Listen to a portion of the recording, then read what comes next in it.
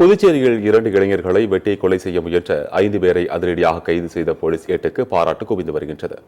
புதுச்சேரி மேரி Uzhavarkarai diamond நகர் பகுதியைச் சேர்ந்த Rubin, அவரது நண்பர்கள் தினகரன், பிரபு ஆகிய 3 பேரும் நேற்று முன்தினம் கதிர்காமம் காமராஜர் நகர் அருகே நின்று கொண்டிருந்த அதே பகுதியைச் சேர்ந்த சஞ்சய், பாலா ஆகியோரை கேலி செய்ததாக தெரிகிறது. இதனால் இருதரப்பிற்கும் இடையே ஏற்பட்ட மோதலில் சஞ்சய், பாலா ஆகியோர் லேசான காயமடைந்தனர்.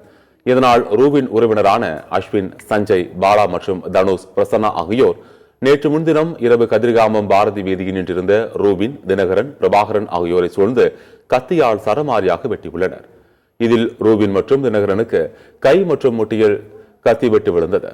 இதில் அந்த வழியாக சென்ற தலைமை காவலர் மனோஜ் தனுஷ் கையில் வைத்திருந்த பட்டாக்கத்தியை பறித்தார். உடனே அஸ்வின் கும்பல் அங்கிருந்து தப்பி ஓடியது. கத்தி வெட்டி காயமடைந்த ரூபின், தினகரன் இருவரும் கதிர்காமம் மருத்துவமனையில் அனுமதிக்கப்பட்டனர்.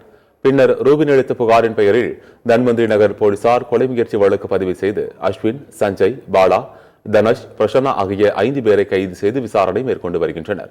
தப்பி ஓடிய மேலும் 3 பேரை தேடி வருகின்றனர். கத்தியை பிடுங்கி எரிந்து கொலை சம்பவத்தை தடுத்த ஏட்டுக்கு பாராட்டுகள் குவிந்து வருகிறது. போலீஸ் ஏட்டுவை அதிகாரிகள் பாராட்டினர்.